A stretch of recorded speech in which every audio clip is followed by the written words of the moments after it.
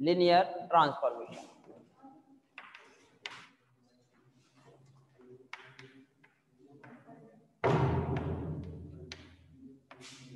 Linear transformation,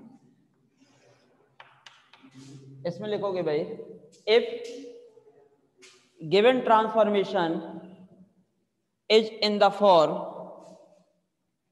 if given transformation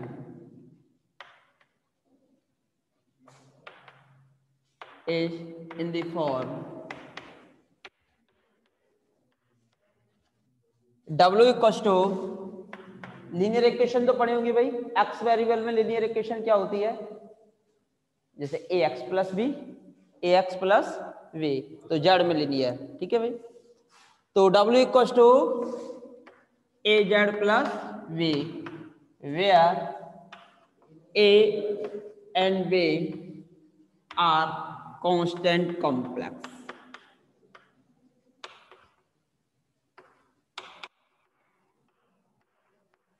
are constant complex number. W equals to AZ plus B where A and B are complex constant number. तो linear हो गया, where linear कब होगा, linear है, बताओ कि प्रत्येक केस में लीनियर है क्या, बताइए भाई, क्या ये प्रत्येक केस में लीनियर होगा क्या एक ही वैल्यू पे डिपेंड करेगा, जेड की पावर तो आपको दिखाई दे रही है, जेड की पावर 1 है, आप लीनियर कह रहे हो, क्या एक ही वैल्यू पे डिपेंड करेगा या नहीं करेगा, बताइए भाई। अगर एक ही वैल्यू 0 हो, 0 into Z 0 plus B, V क्या है, कांस्टेंट है, तो जेड इक्वल टू केवल क्या बचेगा आपका वी, कितनी डिग्री हो गई इसकी, 0 डिग्री हो गई, बी इंटू जेड की पावर 0, यही तो है, 0 डिग्री की इक्वेशन हो गई, यानी कांस्टेंट, क्या हो गया ये, कांस्टेंट फंक्शन हो गया। तो किसकी वैल्यू पे भी डिपेंड कर रहा है, ए की वैल्यू पे भी डिपेंड कर रहा है, तो ए की वैल्यू किसके इक्वल नहीं होनी चाहिए, 0 के इक्वल नहीं होनी चाहिए। तो in the form W equals to AZ plus B, W equals to AZ plus B and A not equals to 0, कहीं भी लिख लो, नीचे लिख लो, यहां लिख लो, constant complex number and A not equals to 0, ठीक है, and A not equals to 0, अगर A 0 के इक्वल हो गया तो नॉट लीनियर, अगर A not equals to 0, in this case this form are linear, ठीक है। अब हम इसके बाद जो आपका नेक्स्ट टॉपिक होगा वो होगा आपका bilinear transformation, bilinear transformation, rotation हो गया आपका, मैग्निफिकेशन हो चुका है, एक हमने शायद आपको स्ट्रिप वाला क्वेश्चन करा दिया था, स्ट्रिप वाला, find the image of the infinite strip 1/4 less than y less than 1/2 under the transformation W equals to 1/z, ठीक है। तो अब जो नेक्स्ट डेफिनेशन है आपकी bilinear transformation, bilinear transformation,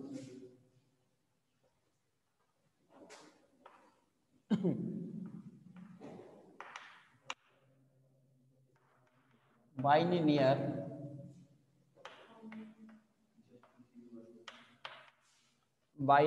transformation या linear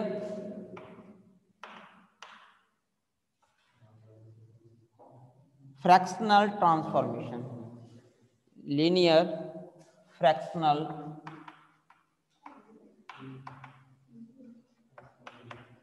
transformation,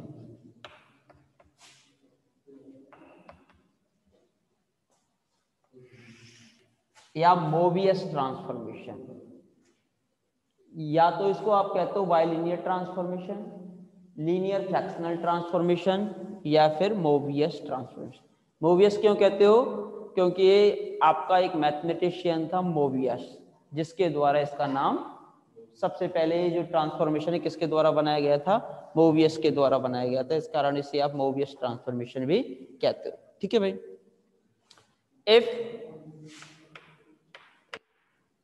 if given transformation is in the form, if given transformation is in the form W equals to AZ plus B CZ plus D, linear upon linear, दो linear transformations का क्या है, fractional, यही तो है। तो इस कारण हम क्या कह रहे हो उसे, फ्रैक्शनल ट्रांसफॉर्मेशन। ठीक है। If W equals to AZ plus B CZ plus D and AD minus BC not equals to 0, इन दोनों का जो क्रॉस मल्टीप्लिकेशन है वो किसके इक्वल नहीं होना चाहिए, 0 के इक्वल नहीं होना चाहिए। W equals to AZ plus B CZ plus D and AD minus BC not equals to 0, then transformation is called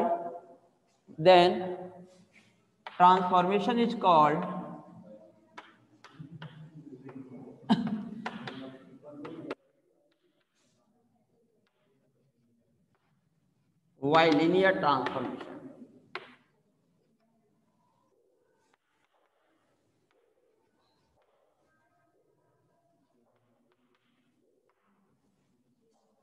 It is also called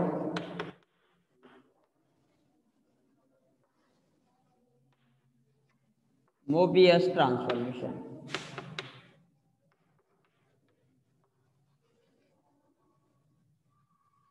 Mobius transformation because it is given by mathematician Mobius first time.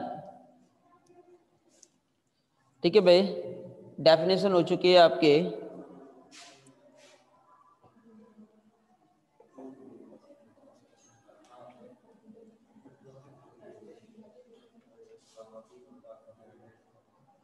हमें ये याद है भाई, आपको एक theorem complete करा चुके थे, थ्योरम भी कराई थी, थ्योरम नंबर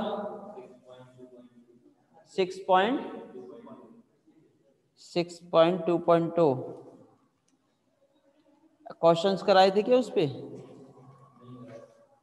6.2.2।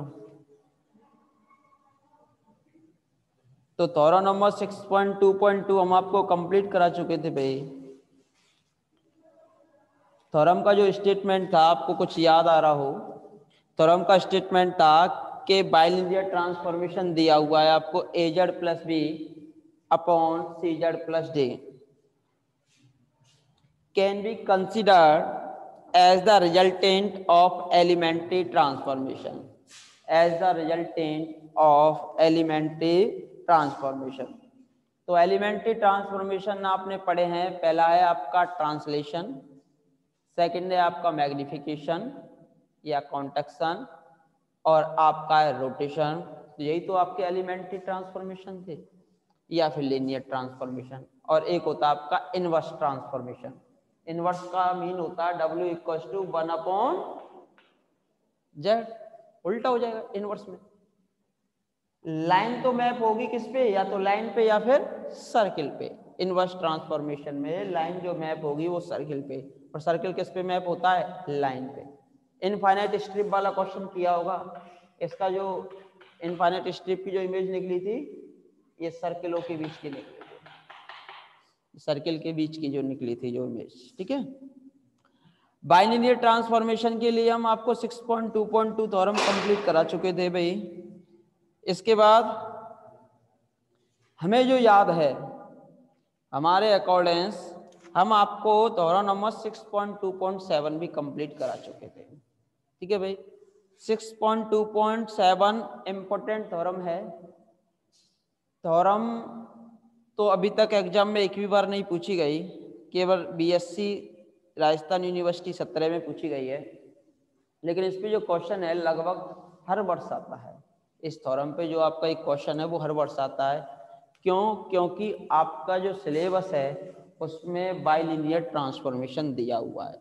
जब बाइलिनियर ट्रांसफॉर्मेशन दिया हुआ है तो उसमें आपसे बाइलिनियर फंक्शन बनवाता है। थ्योरम का यूज करके आपको W को बनाना होगा। अब W कैसे बनाओगे, उसके लिए आपको थ्योरम नंबर 6.2.7 का स्टेटमेंट आना चाहिए। तो थ्योरम 6.2.7 का जो स्टेटमेंट था वो ये था कि अगर आपको जेड प्लेन में 3 पॉइंट गिवन है और डब्ल्यू प्लेन में भी 3 पॉइंट क्या है भाई गिवन है, तो उसके द्वारा आपको क्या फॉर्मेट करना है, ट्रांसफॉर्मेशन। वो भी कैसा, बाइलिनियर ट्रांसफॉर्मेशन फॉर्मेट करना था। और उसके लिए हमने एक फॉर्मूला निकाला था, आपको कुछ याद आ रहा हो, 1 2 3 3 2 1, 1 2 3 3 2 1।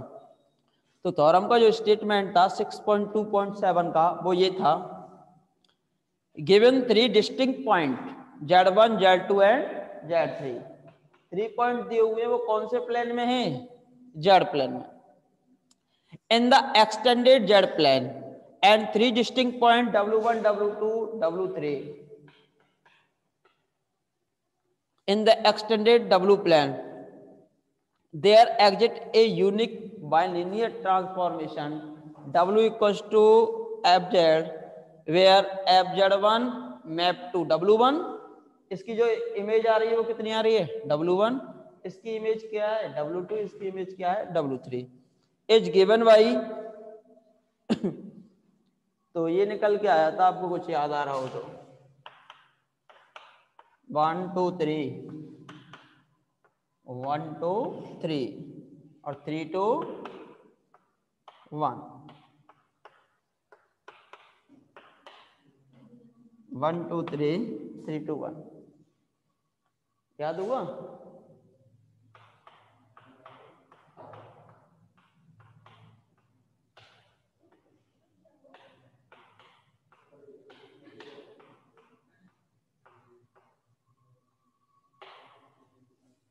वन टू थ्री 3 2 1, एक बार सीधे चले जाओ, एक बार वापस आ जाओ, ठीक है।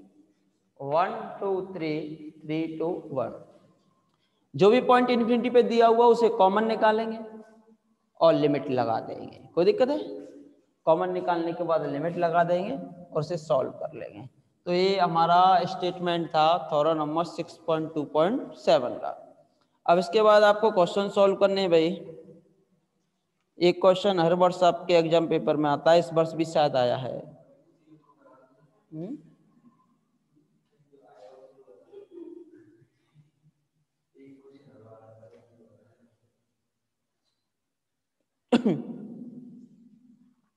तो लिखो भाई question number 6.2.13।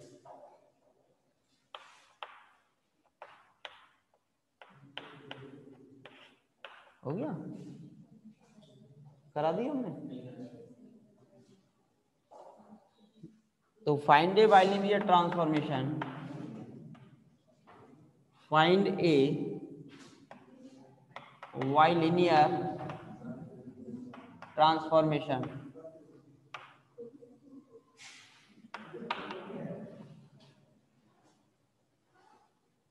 that map the point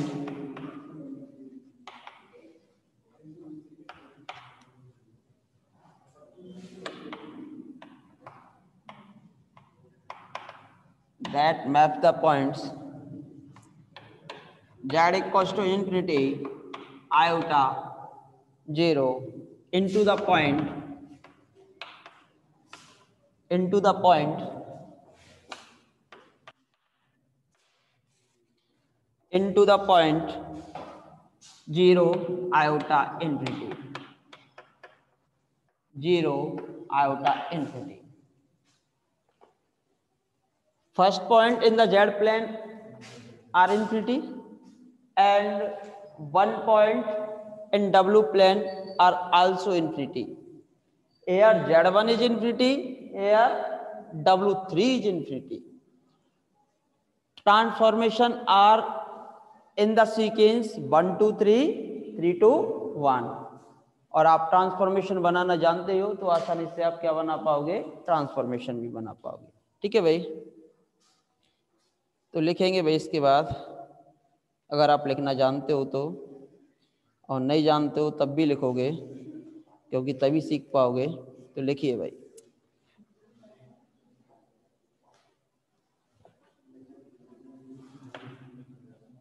तो गिवन ट्रांसफॉर्मेशन इज गिवन का बाइलिनियर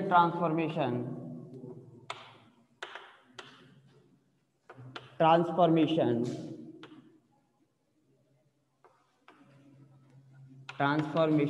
इज, हाँ जी क्या होगा बताइए,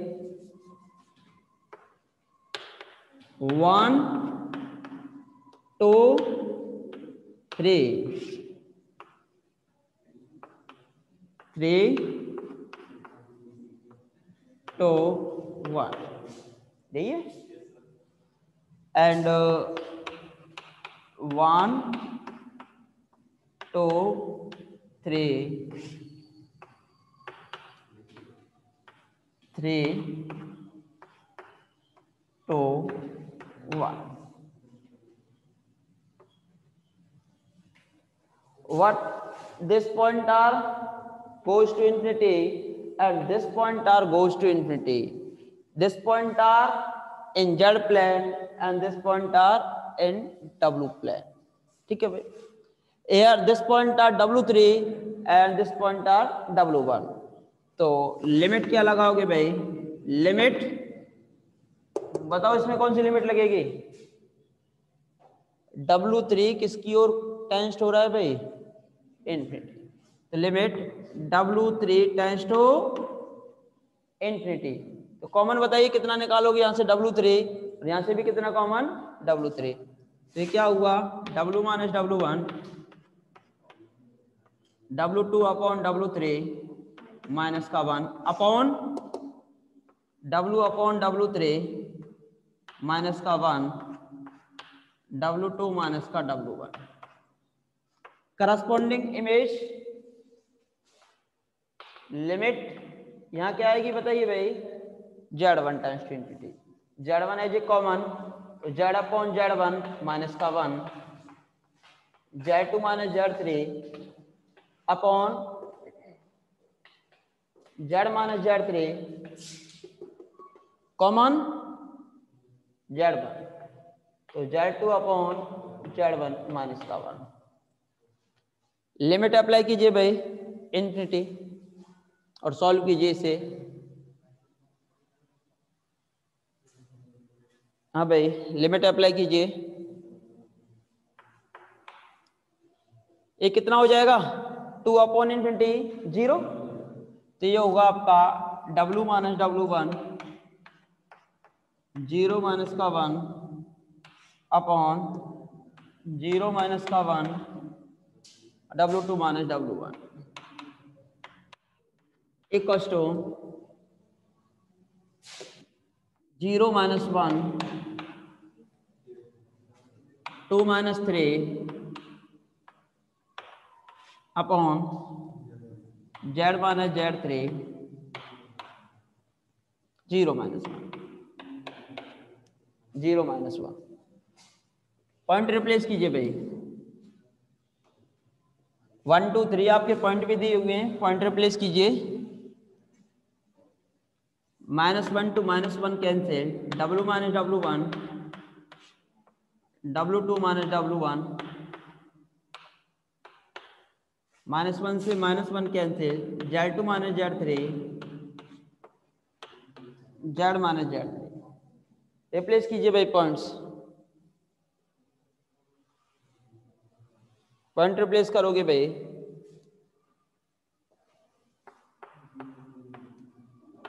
वैल्यू ऑफ W1 क्या थी भाई, value of W1 0, value of W2 iota 0 iota, value of W1 0 value of Z2 iota, value of Z3 0, Z minus 0। Any problem? बोलो भाई, हमें W की वैल्यू फाइंड करनी है, तो क्या अब आप W की वैल्यू निकाल पाओगे? क्या आप अपने आप को इतना इंटेलिजेंट समझते हो? तो बिल्कुल, तो निकालिए iota upon Z। This implies iota into iota, iota square, value of iota square minus का 1 upon Z, which is bilinear transformation given according to given points. ठीक है भाई, विच is bilinear transformation.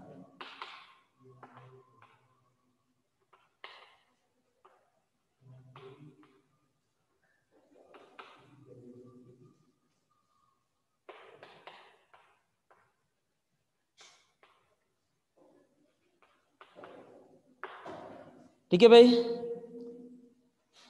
Next class होगी अब हमारी कल।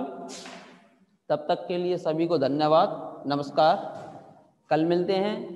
और कल इसके जो बाइलिनियर ट्रांसफॉर्मेशन का जो आगे का जो पोर्शन बचा हुआ है, जहाँ तक आपके सिलेबस में है, इसके बाद हमारा एक पॉइंट बचेगा, नॉर्मल पॉइंट्स आएंगे, सॉरी फिक्स पॉइंट कह सकते हो या इनवेरिएंट पॉइंट कह सकते हो, और नॉर्मल फॉर्म, फंक्शन की नॉर्मल फॉर्म बनाना। जैसे ये चैप्टर फिनिश हो जाए, क्योंकि ये चैप्टर आपको पूरा नहीं पढ़ना, चैप्टर नंबर 6 में कुछ टॉपिक हैं जो आपके सिलेबस में दिए हुए हैं। इसके बाद chapter number 7, chapter number 8, chapter number 9, chapter number 10। पढ़ना तो सब कुछ है, लेकिन कम कम कम कम पढ़ना है, और उन्हीं से आपका क्वेश्चन पेपर पूरा आ जाएगा। ठीक है भाई, धन्यवाद।